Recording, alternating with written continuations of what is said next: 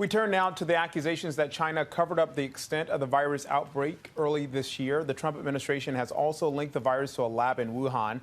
Now, Dr. Anthony Fauci is addressing the issue. ABC's Alex Brachet has more. This morning, Dr. Anthony Fauci is shooting down theories that the coronavirus was man-made. He tells National Geographic everything about the stepwise evolution over time strongly indicates that this virus evolved in nature and then jumped species. Fauci added he does not believe another theory that the virus occurred naturally but was accidentally released into the public from a lab in China.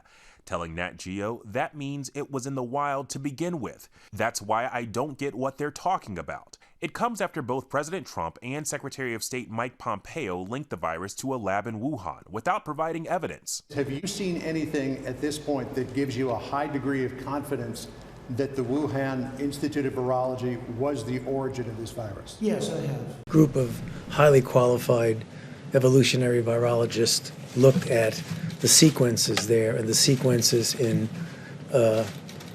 bats as they evolve, and the mutations that it took to get to the point where it is now is totally consistent with a jump of a species from an animal to a human. So, I mean, the paper will be available. I don't have the authors right now, but we can make that available too.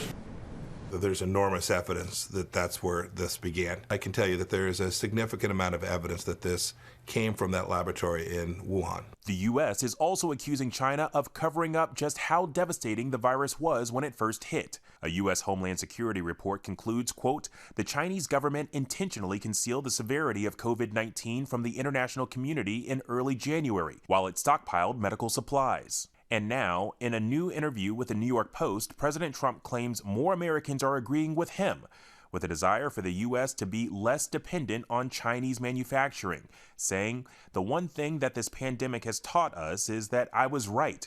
Now those people are really agreeing with me, and that includes medicine and other things.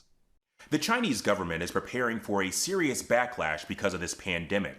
Reuters says Beijing's Ministry of State Security has already warned that anti-China sentiment around the world is at its highest level since the Tiananmen Square massacre of 1989. Kenneth and Mona. All right, Alex, thank you.